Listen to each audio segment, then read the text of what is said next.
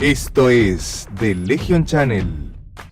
Así que bueno, vamos a trabajar un poco en lo que teníamos pendiente, que son los evangelios según San Lucas y según San Juan. Estos dos evangelios, que son los más largos, tienen características distintas.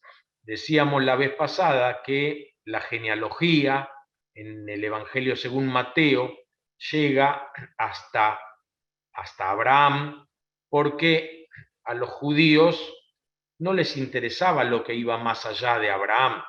En realidad, como ellos se sentían el pueblo elegido, lo anterior a Abraham sería lo que los conectaba con toda la humanidad, ¿no? Y entonces, bueno, esto no les interesaba teológicamente hablando. En cambio, Lucas, que tiene una visión más universalista dentro de lo que es el universo en aquella época, ¿verdad? O sea, los confines de la Tierra van a ser hasta lo que llamamos el Finisterre, es decir, España. El universo poblado para ellos era el Imperio Romano. Pero Lucas tiene eso como horizonte, todo el Imperio Romano.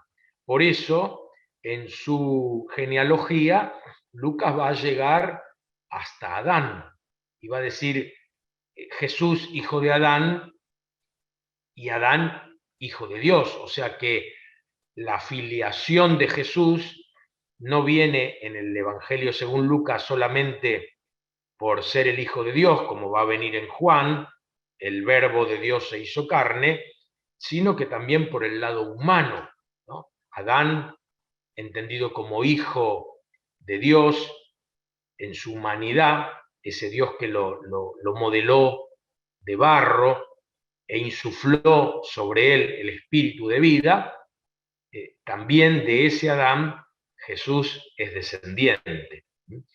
Y la característica por ahí del Evangelio de Lucas que más podríamos resaltar, la insistencia de Lucas con el tema de la pobreza y la contracara, la riqueza material, muchas veces como acaparación y por tanto como causante de más pobreza.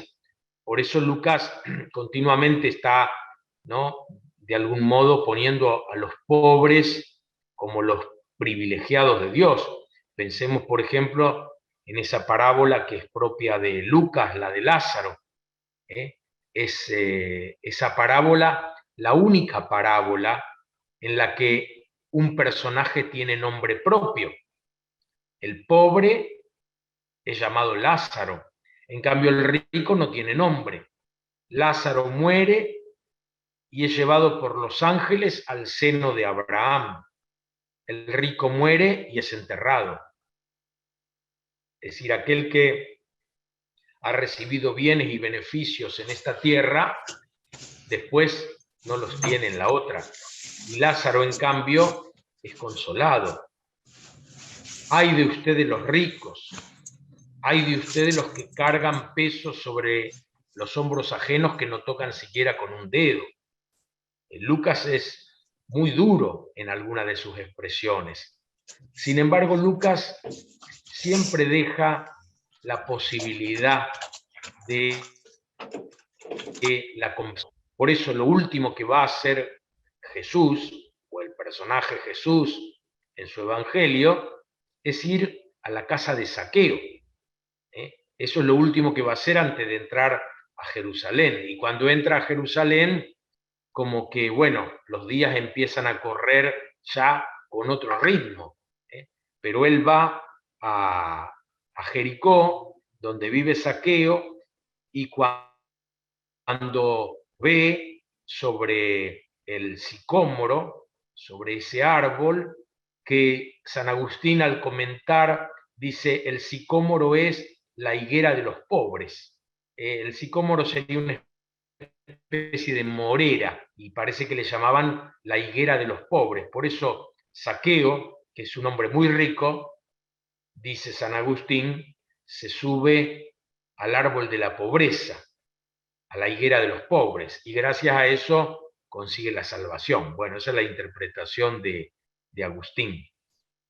Pero mi interpretación va por el lado de la grandeza de Jesús, de ser capaz de entrar en la vida de Zaqueo y de anunciar a todos los que lo conocen que la salvación ha llegado también a esa casa. El texto ahí en el capítulo 19 de Lucas es muy hermoso. Dice que todos murmuraban de Jesús. No solamente los enemigos, no solamente los fariseos, los doctores de la ley, todos, dice Lucas. Es decir, también sus discípulos y discípulas no terminaban de entender esta actitud de Jesús de tener que ir a la casa de Zaqueo. Y acordémonos que también en el Evangelio según San Lucas tenemos a esos dos malhechores crucificados a derecha e izquierda de Jesús, que tienen con él una conversación, y el que llamamos nosotros buen ladrón le dice: acuérdate de mí cuando estés en tu reino. Y Jesús también lo admite en su reino. Te aseguro que hoy estarás conmigo en el paraíso. Es decir, la idea de la inclusión, la idea de que nadie quede fuera, la idea de la salvación para todos.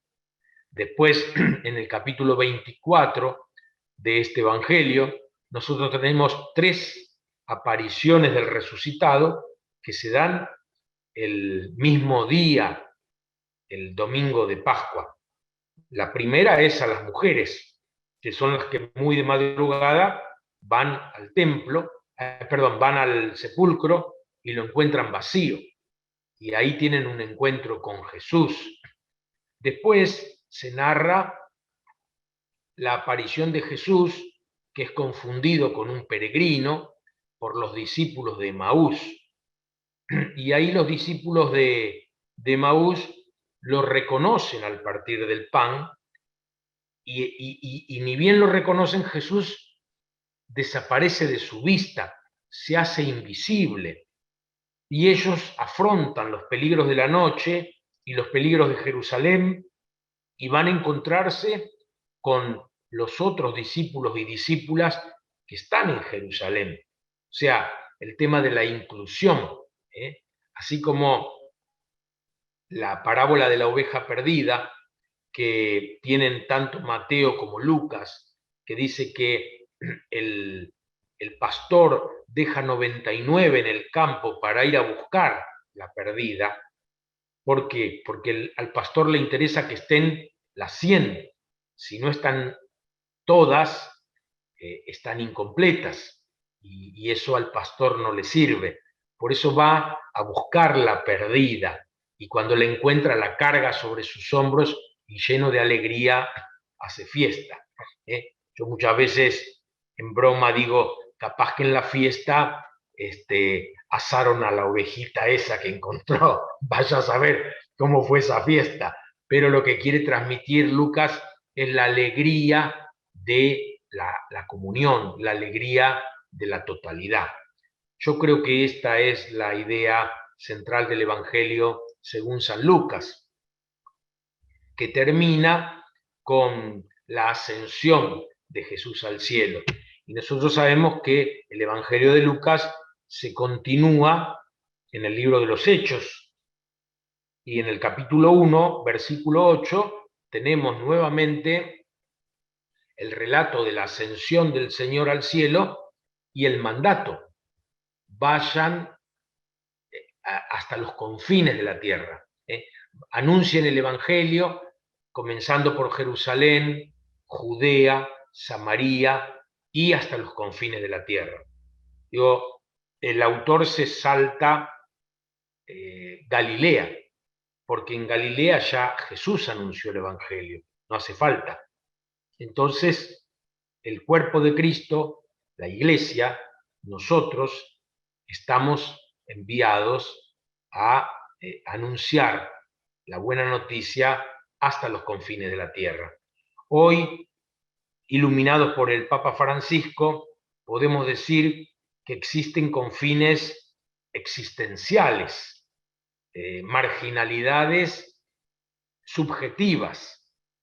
Es decir, tal vez hoy no queda ningún espacio físico en donde de alguna u otra manera no haya llegado el anuncio del Evangelio. Sin embargo, pueden quedar márgenes existenciales, realidades humanas, tal vez novedosas, o tal vez identificadas hoy día con un nombre, porque a veces hay realidades que han existido desde muchísimo tiempo. Por ejemplo, la violencia de género. La violencia de género existe desde que el mundo es mundo. Acuérdense ustedes de esas imágenes, ¿no?, que nosotros hemos visto alguna vez de los cavernícolas llevando a las mujeres de las trenzas o de los pelos, ¿no? Bueno, ahí hay violencia de género. Claro, esa expresión pertenece a la modernidad tardía, no a aquella época. Por tanto, nosotros la visibilizamos. Bueno, en esos espacios de violencia de género también tenemos que salir a anunciar la buena noticia de Jesús. Y creo que hay muchos textos de los evangelios que nos permiten iluminar esa realidad, así como también la realidad de las familias ensambladas, realidades de distinto tipo que abundan en nuestra sociedad, problemáticas nuevas, procesos de subjetivación nuevos que necesitan ser evangelizados. Así como en la antigüedad no tuvieron problema, por ejemplo, en aprovecharse de fiestas paganas o de personajes que forman parte de la mitología pagana o popular y evangelizarlos, es decir, darles un valor de evangelio, bautizarlos de algún modo, sumergirlos en este misterio de la Trinidad. Bueno, también nosotros hoy estamos llamados a anunciar el Evangelio, anunciar la buena noticia en estas nuevas realidades. Y anunciar el Evangelio, anunciar la buena noticia, fundamentalmente, me parece a mí, para Lucas, tiene que ver con el decir que Dios está presente en las vidas de todos, que nadie queda excluido de la invitación a la conversión. Pero no esa conversión como la del Bautista, necesaria para que el reino llegue, sino la conversión necesaria para entrar al reino que ya llegó, descubrir que el reino está presente en medio de nosotros. Por eso cuando a Jesús lo acusan de expulsar demonios por el poder de Belcebú, el príncipe de los demonios, Jesús no se defiende de eso. Simplemente Jesús dice, bueno, si es como ustedes dicen, significa que el reino de Belcebú está dividido y ningún reino, ninguna familia dividida puede prosperar. Por tanto, si yo realizo estos milagros, sea por el poder que sea, esto significa que ese reino ya no tiene poder. Y en cambio sí ahora el reino de Dios que ya ha llegado está esperando que nosotros hagamos violencia para entrar en él. Entonces, me parece que esta es una característica de Lucas. Y otra característica, no menor, del Evangelio de Lucas, o según Lucas, mejor dicho, es el lugar que él le da a las mujeres.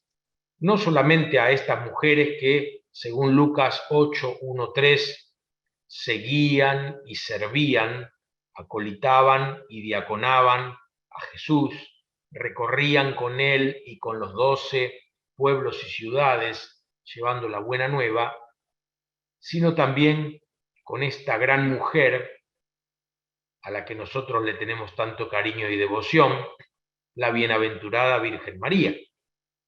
En el Evangelio que más presencia y que más importancia se le da a María es en el tercer Evangelio. En el Evangelio según San Juan, del que vamos a hablar seguidamente, la madre de Jesús aparece 2 veces. En el capítulo 2, las bodas de Caná, en el capítulo 19, al pie de la cruz. Pero en ninguna de esas 2 oportunidades se la llama por su nombre. Siempre se habla de la madre del Señor. Y Jesús la llama mujer. No la llama mamá, ni la llama María. Si fuera por el cuarto evangelio, no sabríamos el nombre de la madre del Señor. Sí sabríamos el nombre de José, porque en el cuarto evangelio se dice Jesús, el hijo de José. Pero en Lucas, volvemos a Lucas, el lugar que ocupa María, sobre todo en los 2 primeros capítulos, es muy importante. Y Lucas hace como una comparación entre María, la mujer sencilla de pueblo, una humilde nazarena, virgen, por tanto no ha tenido todavía la oportunidad de aprender de su marido la ley, y Zacarías, el sacerdote, anciano, en Jerusalén, justo. Hace la diferencia. Zacarías no cree en el anuncio del ángel, Zacarías duda y en cambio María cree.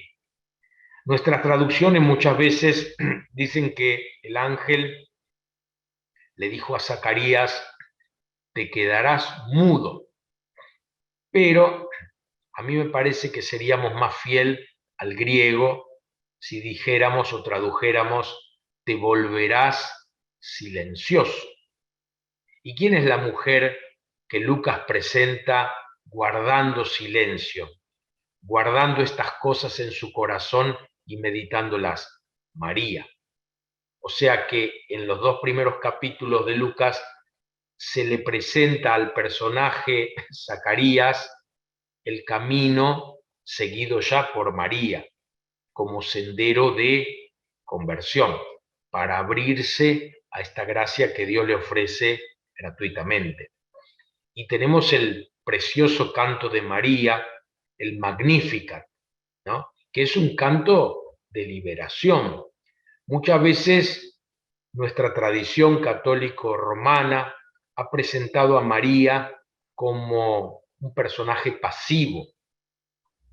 Recibe la gracia del Espíritu Santo. El Espíritu Santo la cubre con su sombra. María es la que obedece, la que dice fiat, sí, hágase. Sin embargo, si leemos el Magnificat, ahí Lucas no la presenta como una persona pasiva, sino que la presenta como una profetisa y como una denunciadora de injusticias. Derribó a los poderosos de su trono, elevó a los humildes, colmó de bienes a los hambrientos, despidió a los ricos con las manos vacías, socorrió a su pueblo Israel por su gran misericordia. Es precioso el Magnificat. Mi alma canta la grandeza del Señor porque Él miró la humillación, la pequeñez de su servidora y la enalteció. Y después lo que le dice Isabel, cuando María llega a su casa, ¿quién soy yo para que la madre de mi Señor venga a visitarme? Si nosotros leemos con atención esos 2 primeros capítulos del Evangelio según San Lucas, vamos a ver que Lucas pone a Zacarías, a Isabel y a Juan en una actitud como de repliegue sobre sí mismo, como de cerrazón ante los demás. Zacarías sale del templo y permanece mudo hasta el día de la circuncisión de Juan.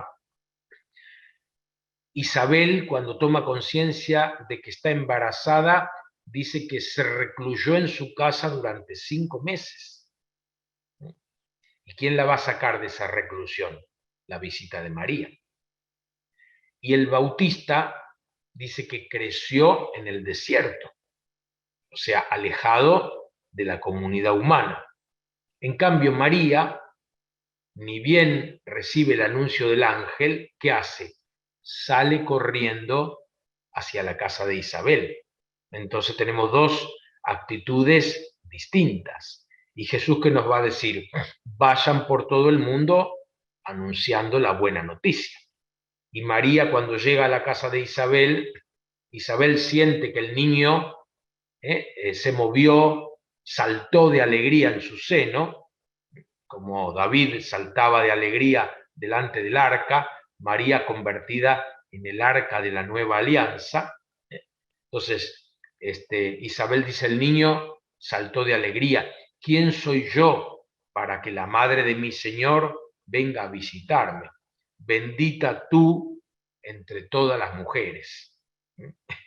Esto me toca bien estos días porque estoy como el bendito entre todas las mujeres. Digo, no sé si soy el bendito entre todas las mujeres o el niño de las monjas. Estoy entre esos dos personajes, ¿no? Porque estoy con 21 religiosas, así que así me siento yo. Bendito, y María bendita entre todas las mujeres. Bueno, este sería más o menos un pequeñísimo resumen del Evangelio según San Lucas, que como habíamos dicho, el primer encuentro, Lucas depende fundamentalmente de Marcos, tiene agregados que son comunes con Mateo, que posiblemente provienen de esa fuente de dichos de Jesús, de la cual no tenemos registro escrito, salvo lo que tanto Mateo como Lucas han replicado en sus evangelios, y después Lucas tiene elementos que son propios. Por ejemplo, en el capítulo 15, nosotros tenemos la parábola de la oveja perdida, que la comparte con Mateo, o sea que sería de la fuente de dichos.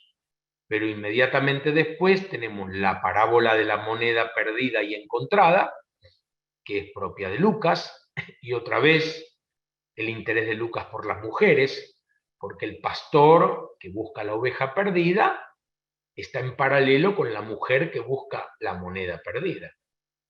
Y después la parábola del Padre Misericordioso, que son también propias de Lucas. Y ahora pasamos al cuarto evangelio, que muchas veces decimos es el evangelio más espiritual. Yo no sé si es el evangelio más espiritual. Es posiblemente el evangelio más influenciado por un modo de pensar no tan semita. Muchos consideran que Juan fue influenciado por grupos gnósticos. Los gnósticos eran una corriente filosófico-espiritual que ponía su interés en el conocimiento. La salvación venía mediante el conocimiento. Por tanto, las personas iniciadas en el conocimiento tenían ventajas sobre los demás. Y los gnósticos desconfiaban mucho de todo lo que fuera carnal. Por eso recomendaban, en la medida de lo posible, el celibato y aceptaban el matrimonio como un mal menor. Pero en esto Juan se separa de los gnósticos porque en lo que comúnmente nosotros llamamos prólogo de Juan, que a mí más me gusta llamar resumen de Juan, los primeros 18 versículos en capítulo 1, ahí se dice que el logos de Dios, la palabra de Dios, el verbo de Dios, es decir, lo más sublime, el pensamiento, el logos, lo más sublime para el pensamiento griego, se hace sarx, se hace carne. No como a veces decimos cuando rezamos el Ángelus o en algunas traducciones la palabra de Dios se hizo hombre. No, no se hizo hombre, se hizo sarx, se hizo carne, se hizo carne. Y también vemos en el cuarto evangelio la imagen de Jesús crucificado al que una lanza atraviesa el corazón y sale de ahí sangre y agua. O sea, la humanidad que se entrega hasta la última gota. El cuarto evangelio, a diferencia de los otros, sobre todo a diferencia de Marcos, ¿se acuerdan que decíamos que Marcos es un evangelio de mucha actividad? Jesús continuamente está realizando acciones, signos milagrosos, y tiene pocos discursos, incluso pocas parábolas. Juan sería todo lo contrario. En Juan nos encontramos con larguísimos discursos difícilmente registrables de memoria. Entonces ahí es donde más vemos la elaboración del evangelista o de la comunidad que pensó en este evangelio. Hay quienes dicen que en Juan se descubren distintas plumas, distintas manos que terminaron conformando este evangelio. Pero ahí tenemos muchos discursos y tenemos muchos dichos de Jesús, los famosos yo soy la puerta, yo soy el buen pastor, yo soy el camino, la verdad y la vida. Estos yo soy son 7 en total en el cuarto evangelio, a partir de los cuales se desarrolla todo una catequesis. Y también en Juan, en donde no tenemos propiamente milagros y donde tampoco se habla de reino de Dios. Reino de Dios se habla simplemente en el capítulo 3, el diálogo entre Jesús y Nicodemo. Pero en Juan tenemos 7 signos. La conversión del agua en vino es un signo, una señal. La curación del ciego de nacimiento, un signo. La curación del paralítico junto a la fuente es un signo. Son signos. Y después de cada uno de estos signos, la multiplicación de los panes, vista como signo. Después de cada uno de estos signos, largos discursos. Discursos catequísticos que exigen una atención muy especial del que escucha, del que lee. No son discursos fáciles de retener, como sí son fáciles de retener los milagros o las parábolas que encontramos en los sinópticos. En Juan también tenemos la presencia de diálogos de Jesús con personajes, diálogos que podríamos decir se dan a 2 niveles. Están usando los mismos términos, están usando la misma simbología, pero en distinto nivel. Tal vez los más significativos sean en el capítulo 3, el diálogo con Nicodemo, en donde Jesús dice que es necesario nacer de lo alto, pero Nicodemo entiende esas palabras, esos términos en griegos, como que hay que nacer de nuevo. Están hablando con las mismas palabras, con los mismos términos, sin embargo dándole un sentido distinto. Jesús dice que es necesario nacer de lo alto, es decir, del Espíritu Santo, del agua y del Espíritu. En cambio, Nicodemo dice, ¿cómo puede hacer un hombre viejo para volver al seno de su madre? Esto es imposible, ¿no? Entonces, Nicodemo no entiende. ¿Se acuerdan que Nicodemo va a ver a Jesús de noche, en medio de la oscuridad? También esto es algo muy propio del cuarto evangelio. Los momentos, los tiempos en que se dan los acontecimientos narrados. En el capítulo 4 tenemos a Jesús con la samaritana, y los dos hablan del agua. La samaritana habla de un agua física, de un agua natural. Jesús habla del agua que brota hasta la vida eterna. Jesús le pide a la samaritana, dame de beber. Y después le dice, cuando ella se asombra, ¿cómo un judío me pide a mí, que soy samaritana, de beber?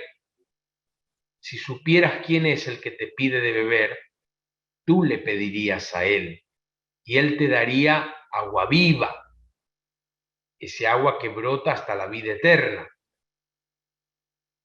Cuando al final la mujer va corriendo a anunciar en la plaza, en el pueblo, que se ha encontrado con el Mesías, deja el cántaro en el brocal. Ella había ido a buscar agua y se va sin el cántaro, porque ya está llena de ese agua viva que le transmite Jesús. Y cuando vuelve con los samaritanos y ellos conversan con Jesús, dice, ya no necesitamos de tu testimonio, porque ahora hemos comprendido que es el Salvador del mundo. Interesante ver esta proclamación de Jesús como Salvador del mundo, que es en el único lugar en los 4 evangelios que está, que es anterior a la Pascua. ¿Cómo los samaritanos antes de la Pascua van a proclamar lo que los discípulos y discípulas de Jesús recién podrían haber dicho después de la experiencia pascual? En Juan no tenemos parábolas, tenemos la comparación de la vid y los sarmientos. Otro yo soy la vid y ustedes los sarmientos. El sarmiento que permanece unido a la vid da fruto. El que no, se lo corta, se lo quema. En Juan tenemos una visión distinta del discipulado. En los sinópticos es Jesús el que toma la iniciativa, viendo a Simón, que luego se llamará Pedro, y a su hermano Andrés, les dice, vengan y síganme. Lo mismo con Juan, Santiago, con Mateo, vengan y síganme. Y ellos lo siguen. En Juan, en cambio, en el capítulo 1, nos encontramos con que Juan el Bautista estaba en la ribera del Jordán con 2 de sus discípulos, Andrés y otro, y les dice cuando ve pasar a Jesús, este es el Cordero de Dios que quita el pecado del mundo. Y ellos comenzaron a seguir a Jesús. Jesús, dándose vuelta, pregunta, ¿qué buscan? ¿Qué quieren? Maestro, ¿dónde vives? Vengan y verán. Y el narrador dice que fueron y permanecieron con él, y que eran como las 4 de la tarde, la hora 10. Es decir, siempre la puntualización del horario. Y yo creo que el horario tiene que ver con la luminosidad. La samaritana fue a ver a Jesús a pleno mediodía, la hora del cenit, donde hay más luz. Será por eso que los samaritanos terminan diciendo que es el Salvador del mundo, la plena revelación, la luz absoluta. Entonces, este Andrés, que sería el primer discípulo junto al otro, que no conocemos el nombre,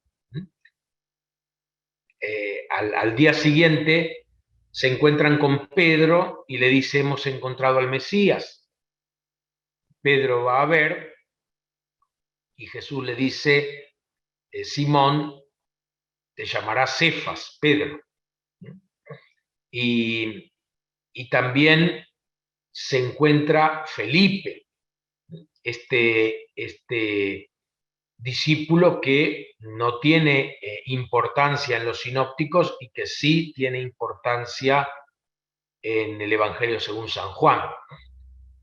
Tengo por ahí un videíto subido a YouTube acerca de el apóstol Felipe. Si quieren lo pueden ver, porque en la tradición joánica Felipe tiene una gran importancia. Felipe y Andrés son los dos discípulos que tienen nombre griego, y los griegos tienen importancia en el cuarto evangelio. De hecho, hay algún pasaje en donde los griegos le dicen a Felipe que les presente a Jesús. Y Felipe, ¿se acuerdan? Es el que le va a decir a Jesús: Señor, muéstranos al Padre y eso nos basta. Felipe, quien me ha visto a mí, ha visto al Padre. O sea, el cuarto evangelio en muchos aspectos se diferencia de los demás. Hay quienes han dicho que el cuarto evangelio da por supuesto a los demás evangelios. Yo creo que no. Simplemente que el cuarto evangelio viene de una tradición distinta. La comunidad que dio origen al cuarto evangelio es distinta. Volviendo al tema de los discípulos de Jesús, tenemos el tema de Natanael. Cuando le anuncian a Natanael, Felipe le anuncia a Natanael: hemos encontrado al Mesías. ¿Y de dónde viene? De Nazaret. ¿Qué cosa buena puede salir de Nazaret?, dice Natanael. Y cuando lo traen a Jesús, Jesús lo ve y dice: este es un judío sin doblez. ¿De dónde me conoces? Te vi cuando estabas debajo de la higuera. ¿No? Muchas veces tiene Juan esas imágenes un tanto misteriosas. ¿Qué habrá querido decir con te vi cuando estabas debajo de la higuera? Bueno, esto es muy propio del gnosticismo, esta forma de hablar como en clave, que solo los iluminados, solo los entendidos, solo los iniciados pueden comprender. Bueno, esto es muy propio del cuarto evangelio. El relato de lo que nosotros llamamos comúnmente la última cena, en Juan es larguísimo. Empieza en el capítulo 13, el capítulo 17, 4 capítulos hablando de la última cena, en la cual, sin embargo, no se dice que Jesús tomó el pan, elevó los ojos al cielo, lo bendijo y lo partió. Esto no está en Juan. Sí está en el capítulo 6, en lo que nosotros llamamos la multiplicación de los panes. Y después del signo de la multiplicación, que está en Juan, el discurso del pan de vida. Y el hecho de que a Jesús lo quieren hacer rey porque ha dado pan a todos. Ustedes me buscan porque comieron pan hasta saciarse. Y después, cuando Jesús pronuncia el discurso del pan de vida, en donde dice que es necesario comer su cuerpo y beber su sangre, los judíos dicen: este hombre tiene un discurso muy duro, y se alejan de él. Y Jesús, mirando seguramente con mucha tristeza a sus discípulos, dice: ustedes también se van a ir. ¿A dónde iremos, Señor?, le dice Pedro. Solo tú tienes palabras de vida eterna. Esta sería la confesión de Pedro en el cuarto evangelio. Y después, en el capítulo 21, Pedro, me amas más que estos. Pedro, me amas más que estos. Apacienta mis corderos, apacienta mis corderos. Sí, Señor, le dice las 2 primeras veces. Y vuelta la pregunta: Pedro, ¿me amas más que estos? Y con un poquito más de humildad, Pedro responde: Señor, tú lo sabes todo, tú sabes que te amo. Incluso aunque te negué, incluso aunque te abandoné, incluso aunque no te comprendí, tú sabes que te amo. apacienta mis corderos. Hoy día los especialistas dicen que este capítulo 21 es un apéndice, un agregado. Ahí tenemos en Juan la pesca milagrosa, que no se da durante la vida pública de Jesús, sino que se da después de la resurrección. Y está mucho más cargada de simbolismos. Y cuando el discípulo amado se da cuenta de que es el Señor, el que está en la orilla, le dice a Pedro, es el Señor. Y Pedro, que estaba desnudo, se viste y va nadando a su encuentro. En el cuarto evangelio tenemos dos figuras de suma importancia. El discípulo amado, que no sabemos quién es, la leyenda, no estoy hablando de tradición, sino la leyenda, porque para mí el término tradición abarca otra cosa. La leyenda lo identificó con Juan el Evangelista, pero el Evangelio no lo dice claramente. En realidad, al menos para mí, el que más podría acercarse a esta identificación como discípulo amado sería el hermano de Marta y María, Lázaro, porque cuando Lázaro está enfermo, le mandan decir a Jesús, aquel al que tú amas está enfermo. Y cuando Jesús al cuarto día llega y se encuentra con que ya Lázaro ha muerto y lo han sepultado, dice que lloró delante de la tumba. ¿Y qué dijeron los judíos? Cuánto lo amaba. Después en el capítulo 12 vamos a ver a Jesús en la casa de Marta, María y Lázaro en Betania. Esta Marta y María son las mismas Marta y María que Lucas. No sabemos, porque en Lucas Lázaro no aparece. Aparece Lázaro como nombre del pobre de la parábola, pero no como un personaje real. ¿Qué más podemos decir del cuarto evangelio? Ya que hablamos de Lázaro, cuando en el capítulo 11 se nos narra que Jesús vuelve a la vida a Lázaro, no resucita, como a veces decimos, incluso a veces en nuestras Biblias encontramos eso, sino que revive, vuelve a la vida, pero la vida mortal. Lázaro después terminará muriendo. Por eso en el capítulo 12 se dice que los judíos no solamente querían matar a Jesús, sino también a Lázaro, porque Lázaro era un testimonio viviente de el poder de Jesús, de ese Dios que obraba a través de Jesús. Cuando Jesús da la orden de remover la piedra del sepulcro y lo llama a su amigo Lázaro, sal fuera, sale Lázaro. ¿Cómo sale? Amortajado. ¿Y qué dice Jesús? Quítenle las vendas. En cambio, en el capítulo 20, cuando se nos narra la resurrección del Señor, y ahí María Magdalena tiene una importancia fundamental, la piedra estaba corrida. Nadie manda correr la piedra. El misterio se hace patente, se deja interpretar, gracias a que la piedra ha sido removida por un poder que viene de lo alto.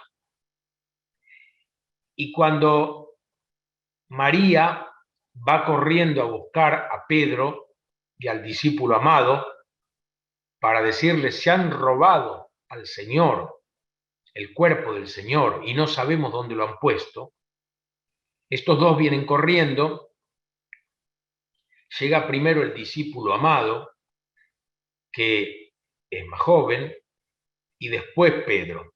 Sin embargo, el discípulo espera a Pedro, este entra primero, y cuando entran, ¿qué encuentran? Las vendas dobladas, o, como dicen algunos, las vendas plegadas, porque el cuerpo que estaba debajo del sudario, ese cuerpo ha desaparecido, ese cuerpo no se encuentra. Entonces, la piedra aquí no es removida por fuerza humana, sino por fuerza de lo alto, y Jesús no necesita que le quiten las vendas, sino que las vendas están plegadas. Esto es signo de la resurrección. Y nosotros no tenemos ningún texto que diga que después de la resurrección buscaran a Jesús para matarlo. ¿Por qué? Porque Jesús ya no puede ser muerto. Jesús ha entrado en una nueva dimensión. No nos olvidemos que los evangelios no nos transmiten historias en el sentido cronológico que hoy le damos a los relatos históricos, sino que nos transmiten catequesis con forma de historia. Entonces, en estas catequesis con forma de historia hay un montón de elementos que deben ser interpretados para descubrir lo que se nos quiere decir, que el Señor ya está en otra dimensión, en la dimensión gloriosa. El Señor ha triunfado de la muerte. Descubren el sepulcro vacío al tercer día. Lázaro sale de la tumba al cuarto día. El tercer día es el día de lo definitivo. Si Lázaro ya lleva 4 días muerto, o 4 días en la tumba, significa que la muerte ha tomado posesión de Lázaro. En cambio, la muerte no ha vencido a Jesús. Dice un teólogo latinoamericano que la grama, el césped, no llegó a crecer sobre la tumba de Jesús, porque el Señor lo levantó de entre los muertos, lo hizo surgir del reino de la muerte, y esta es la buena noticia que nosotros proclamamos. Al pie de la cruz, el cuarto evangelio pone la figura de la madre del Señor, que, como dijimos, no es llamada por su nombre. La leyenda también ha interpretado, no, estaban la madre y el discípulo amado, la leyenda ha interpretado que estaban María y Juan, pero el texto no dice esto. Entonces también podríamos interpretar que se trata de una catequesis que Jesús confía al discípulo al cuidado de su madre. Y lo mismo en el capítulo 2, en las bodas de Caná, es la madre de Jesús la que de algún modo fuerza la hora. Mujer, mi hora aún no ha llegado. Hagan todo lo que Él les diga, dice la Madre del Señor a los sirvientes. Hagan todo lo que Él les diga. Bueno, hay quienes ven en esta figura literaria, en este personaje intradiegético, es decir, que está dentro del relato, la Madre del Señor, ven una figura de la Iglesia. El discípulo es confiado a la Iglesia, y es la Iglesia la que marca de algún modo la hora del Señor, la que lo hace presente, la que hace que convierta ese agua destinada a los ritos de purificación de los judíos en vino generoso, en el mejor vino. ¿Qué más podemos decir del cuarto evangelio? El lavatorio de los pies. Esto es propio del cuarto evangelio. Ustedes me llaman maestro y señor, y lo soy. Sin embargo, yo les lavé los pies. Hagan ustedes lo mismo. la enseñanza de Jesús. La reacción de Pedro ante este lavatorio, ¿no? No quiere dejarse lavar, porque Jesús está ocupando no solo el lugar de un esclavo, sino tal vez el lugar de una mujer. Ese es un gesto muy contracultural. No se puede esperar de un maestro que haga eso. Eso lo tenemos en el capítulo 13 del Evangelio según San Juan. Y en el capítulo 12 tenemos la unción de Betania. María de Betania unge la cabeza del Señor, como se hacía con los profetas. La mujer unge a Jesús y de este modo proclama su identidad. Pero no se espera que eso lo haga una mujer. Y de hecho recibe la crítica de los más cercanos a Jesús. Podría haberse vendido ese perfume y darse ese dinero a los pobres. Y Jesús dice, no la juzguen, sale en defensa de la mujer. Ella ha preparado mi enterramiento. Ella se ha adelantado a ungir mi cuerpo. Qué hermoso, ¿no? En la presencia otra vez de la mujer, esta vez en el cuarto evangelio, que también tiene a María en dos partes, o a la Madre del Señor, mejor dicho, en dos partes, a la samaritana, a la Magdalena y a las otras mujeres que seguían, que servían a Jesús. ¿Qué más podemos decir del cuarto evangelio? Creo que la figura de Juan el Bautista en el cuarto evangelio está mucho más desarrollada. Es muy interesante también ahí ver, ¿no?, los diálogos entre Jesús y Juan. Juan no tiene relato de las tentaciones. Juan nunca hablaría de los pañales de Jesús como habló Lucas, porque para Juan Jesús es alguien que siempre domina la situación. Muchas veces Juan dice sabiendo lo que iba a ocurrir. Cuando llega el relato de la pasión, dice Juan, para que todo se cumpliera, para que se cumplieran las escrituras, Jesús dijo, tengo sed. O sea, para Juan Jesús no tiene sed, simplemente lo dice para que se cumplan las escrituras. ¿Y cuáles son las últimas palabras de Jesús en Juan? Todo se ha cumplido. O sea, el Jesús de Juan es alguien que viene con un libreto ya escrito. El Jesús de Juan es alguien que va cumpliendo siempre la voluntad de Dios. En el capítulo 4 está el tema del alimento de Jesús. Cuando Jesús no quiere comer y los discípulos dicen, esta mujer le habrá dado algo de comer. Y Jesús dice, mi alimento es hacer la voluntad de mi Padre. Entonces, el tema de la relación de Jesús con el Padre y yo somos una misma cosa, somos idénticos. En otros pasajes dice que el Padre es mayor que Él. Bueno, son discursos muy, muy densos, en donde hay que hacer un gran trabajo de exégesis para tratar de entender lo que se quiere decir. Y siempre se nos escapa.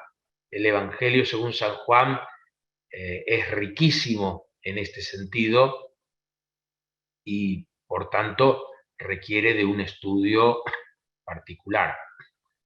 El querido y venerado padre Luis Heriberto Rivas, que ha fallecido hace poco, ha escrito un libro muy interesante acerca del Evangelio según San Juan, que se los recomiendo. También escribió sobre los otros evangelios, pero su especialidad era el Evangelio según San Juan.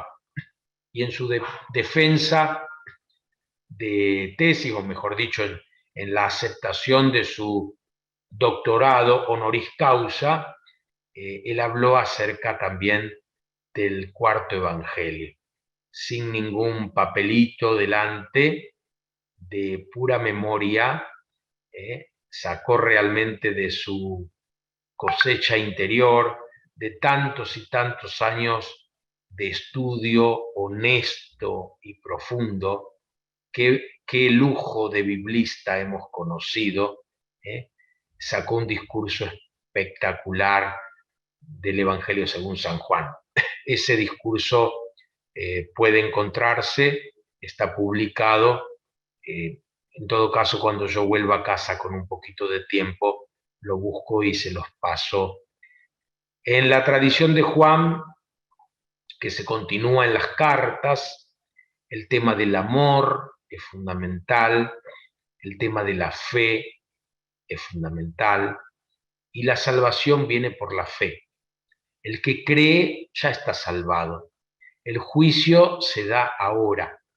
El juicio se da ahora. No hay, como en Mateo capítulo 25, una idea de juicio final. El juicio está ahora. El que cree en Jesús como el enviado se salva. El que no cree está condenado. Por eso pidámosle al Señor que nos conceda la gracia de tener fe. Una fe que se vea expresada en nuestro obrar, porque no se trata de creer con doctrinas de palabra, sino que se trata de creer en espíritu y en verdad. Y terminamos entonces hablando de Juan otra vez en el capítulo 4 con la samaritana. Yo creo que es un capítulo preciosísimo que todos lo podemos disfrutar, de un modo especial las mujeres, porque ese trato de Jesús con las mujeres, ¿no? Es muy bueno. Dice esta mujer a la que Jesús le dice: ve a buscar a tu marido. No tengo marido. Has dicho bien, le dice Jesús, porque tuviste 5 y el que tienes ahora no es tu marido. O sea, 6. Y 6 sabemos que es el número de la imperfección. ¿Quién será el 7º marido de esta mujer? ¿Quién será el esposo definitivo? ¿Con quién se desposará ella para tener ese agua viva? Seguramente que Jesús, ¿no? Y ella le dice en un momento: veo que eres un profeta. ¿En dónde debemos adorar a Dios? ¿En Jerusalén, como dicen ustedes los judíos, o en Garizim, donde lo han adorado nuestros padres? Mujer, llega la hora, y ya ha llegado, en que ni en Jerusalén ni en Garizim, sino en espíritu y en verdad. Ese es el modo de adorar de los verdaderos adoradores. Ojalá el Señor nos conceda la gracia de adorar en espíritu y en verdad, de no andar necesitando peregrinar a Israel para pisar Tierra Santa. La tierra que estamos pisando ahora es santísima. El Señor, el Verbo de Dios, la ha santificado con su sola presencia. Y el que siendo rico se hizo pobre por nosotros, nos invita, según Lucas, en la primera bienaventuranza, a hacernos pobres. Bienaventurados los pobres. Dejémonos entonces contagiar de esos sentimientos de Jesús, manso y humilde de corazón, y siguiendo los relatos de los 4 evangelistas, encontrémonos con el verdadero Jesús, que está más allá de los relatos. En los relatos podemos encontrarnos con el personaje Jesús, pero el Señor Jesús, vivo y verdadero, está más allá de los relatos. Y lo encontramos de distintas maneras. Los católicos romanos, los católicos ortodoxos, algunos católicos de la Reforma, lo encontramos en la Eucaristía. Los cristianos en general lo encontramos en la palabra proclamada en comunidad. También lo encontramos en las hermanas y los hermanos que nos rodean. Lo encontramos en nuestra conciencia, el sagrario más íntimo en donde Dios mora. Lo encontramos en los signos de los tiempos. No nos cansemos de seguir a Jesús, que nos dice, como en el cuarto evangelio, que buscan: Señor, ¿dónde vives? Vengan y verán.